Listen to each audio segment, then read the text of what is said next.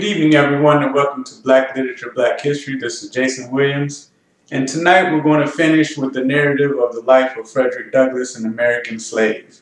This is part 2. Now, this narrative can be broken down into 4 separate parts, and I think it's amazing to realize that Frederick Douglass was only 27 or 28 when he wrote this narrative. And there's a lot of life and living going on in this narrative if you've read it. If you haven't read it, pick it up and read it. It's very easy to read and it flows very well when you're reading it. It goes, the timeline is pretty swift.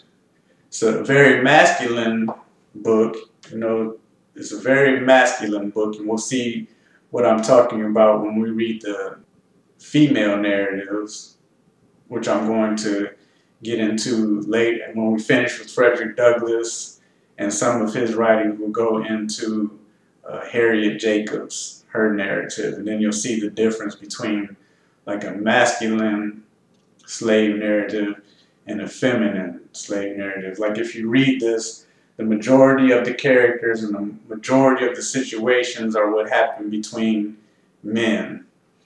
But like I said, this book can be broken down into 4 separate categories.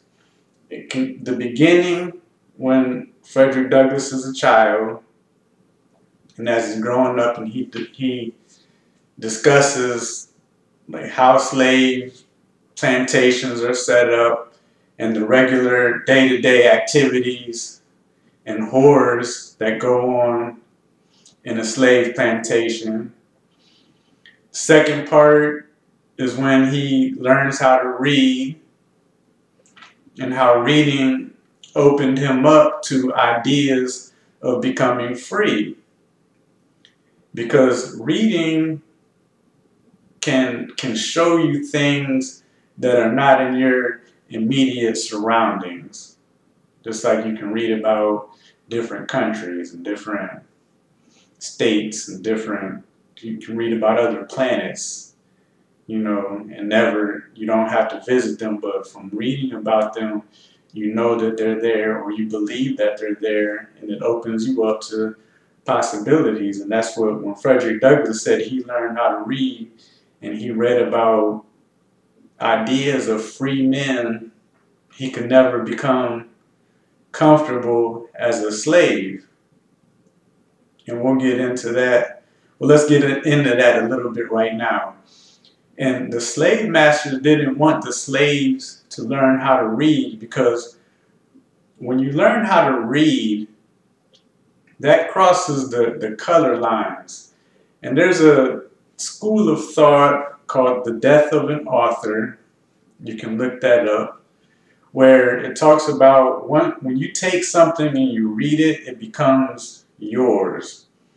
Because it's the words on the page, the ideas that the author put in there, but you're bringing your experiences to it. So when a slave picks up a newspaper or something and reads about freedom, he's looking at it as from a slave's point of view about freedom.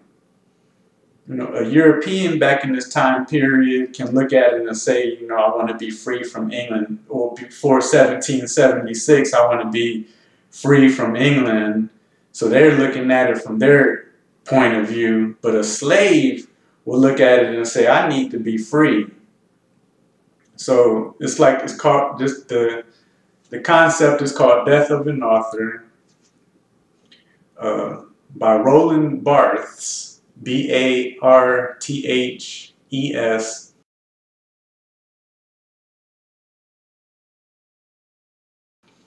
where if you pick up something and read it, it becomes your own. It's no longer the author's, it's yours, because you're bringing your experiences, your life, and your thoughts into the reading. Therefore, whatever you get from it, or whatever the result is your own.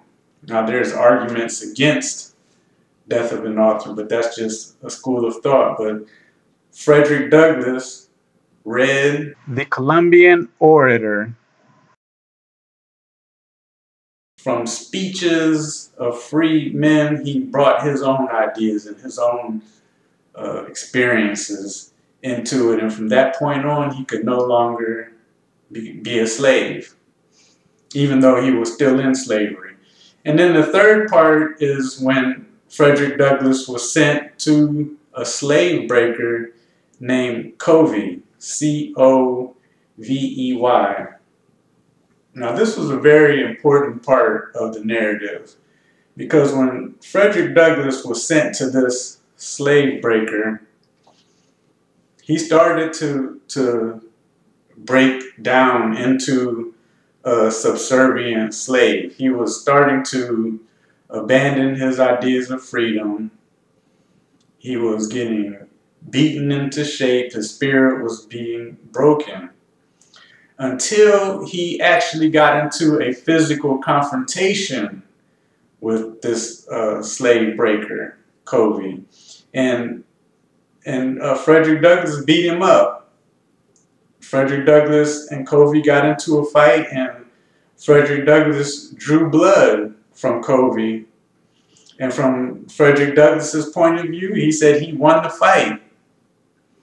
And he was afraid for his life after this, because he said a slave has no protections legally from fighting or having a confrontation with a white man. But Covey had a reputation as a harsh slave breaker, so he never let it known that he got his butt whooped by a slave, by Frederick Douglass. But this is a turning point in the narrative, because at this point, Frederick Douglass said that he would never, from that point on, let any overseer or any slave master or any white man beat on him without retaliation. He made up his mind from that point on, if it was going to go down, he was going to fight. And there were many opportunities that were coming up where Frederick Douglass was ready to fight. And then there's before the last part, the fourth part of this narrative is when he escapes and becomes a free man. But before that, he planned an escape with a group of slaves that he had become friends with, and he was betrayed, which was an interesting part of the narrative. And he was betrayed by another slave, and he knew who the slave was, but he didn't call it out. I think I have to go back and maybe read it closer to if I really want to find out who the slave was, because he said that they had figured out who it was that betrayed them. But he didn't spend that much time on it, but it's just to show you that, you know, he had a band of slaves that he taught how to read, and they decided to attempt to escape, to become free, and then they were betrayed by another slave who gave them up.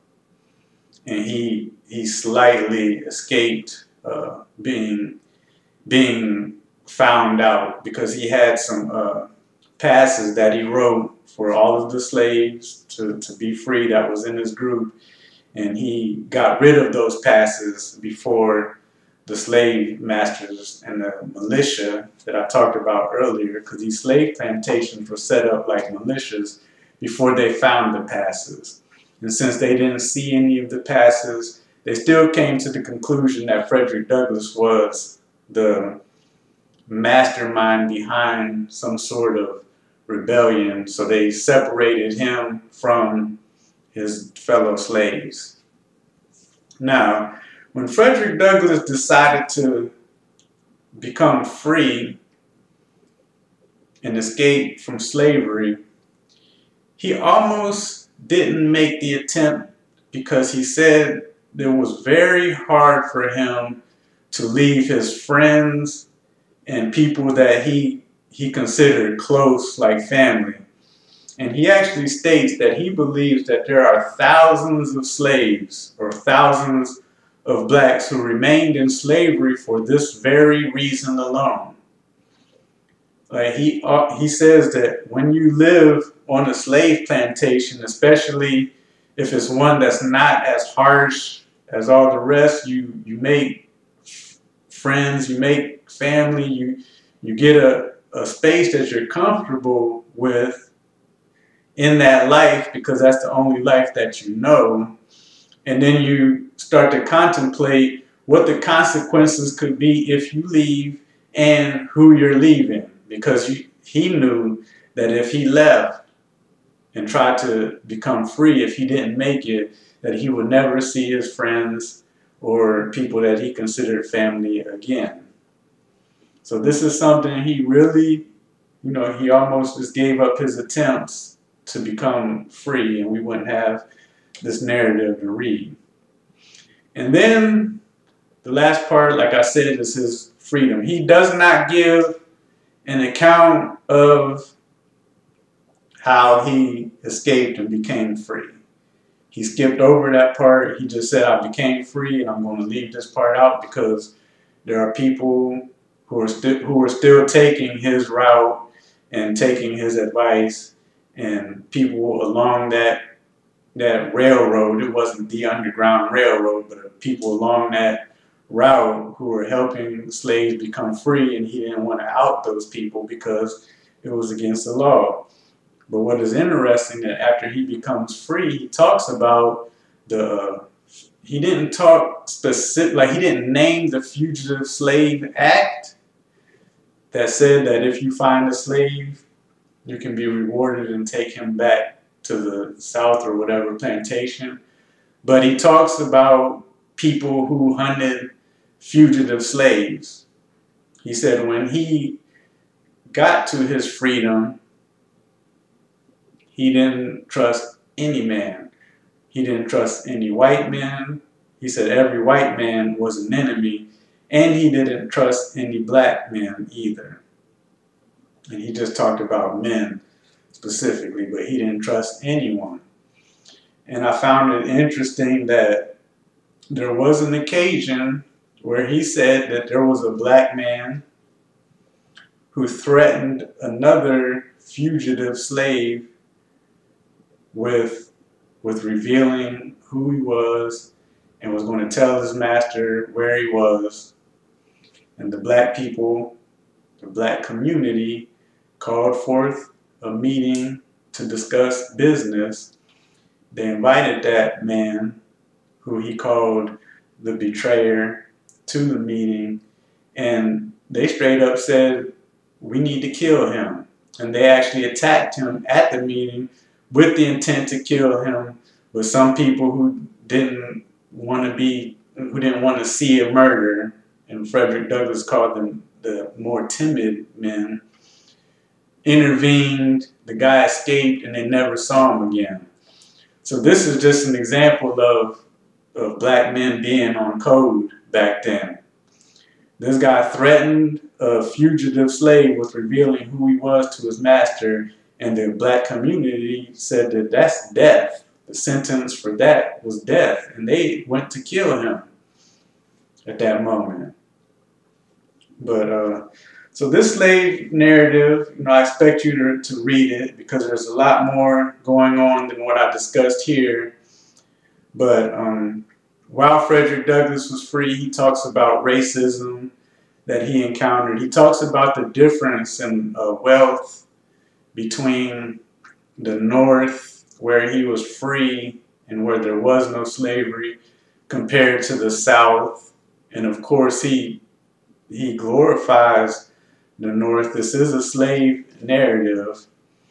And one thing that he didn't discuss in this that I want to just point out is some myths about slavery.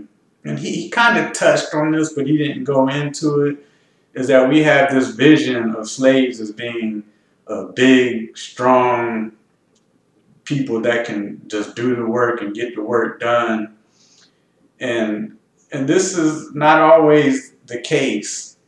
So you got to realize who a slave is in this time period. And I said Frederick Douglass touched on it because Frederick Douglass talked about many occasions where he was malnutrition, didn't have enough clothes. You know, he suffered through a whole bunch of hardships, which makes slaves actually weaker than what they normally should be. So when you talk about, like, why didn't the slaves rebel? Why didn't the slaves do this and that? And you have to realize that a lot of these slaves didn't have enough to eat. They worked from sun up to sundown. And like Frederick Douglass talked about his mother coming to visit him, many of them traveled long distances to see relatives after they finished their hard days of work through the night. So they had very hard lives to as we envision them as these big, strong people. That really wasn't the case. They were malnutrition. They lived in horrible conditions. When we talk about soul food, they ate the types of food that the slave masters left behind. They weren't eating the healthy parts of the cows, the pigs, and whatever cattle. They were eating what we call soul food today, which is still affecting a large portion of the black community today, because we continue to eat things like chitlins and stuff like that that we shouldn't be eating. And the slaves were given that food when they were given any food at all. So that's just something that I want to touch on, that they don't really talk about much in the slave narratives, because they're talking about the actual sufferings and the everyday life of a slave, and actually nutrition just wasn't a big part of that discussion, which we should have a part of that discussion today, because there's no reason why we should still be eating the food that slaves ate. They ate that food because they didn't have a choice. Today we have a choice. So the narrative of the life of Frederick Douglass, an American slave, read it. And today is July the 2nd, and I'm going to read an excerpt on my next video, which I'm going to come out with today as well, where Frederick Douglass talks about the death of his grandmother, which he was very sad, but he demonstrates his ability to write prose. And then on the 3rd or on the 4th itself, I want to read some about or cover Frederick Douglass, his discussion of July the 4th, and why black people should not celebrate July the 4th, because on July 4th, 1776, when America celebrates its freedom, slaves were not free, or black people weren't free. They were still slaves. And Frederick Douglass writes a pretty in-depth analysis of July the 4th and why black people shouldn't celebrate 4th of July, which is coming up. And then after I cover that, I want to get into the mutiny on a slave ship that Frederick Douglass wrote about, and Herman Melville wrote about it as well. And Herman Melville is the author of Moby Dick, which I recommend that everyone read. It might not be your cup of tea, but you still should read it, because it is a very good description of American life and American literature. So this is Jason Williams, Black Literature, Black History. Have a nice evening.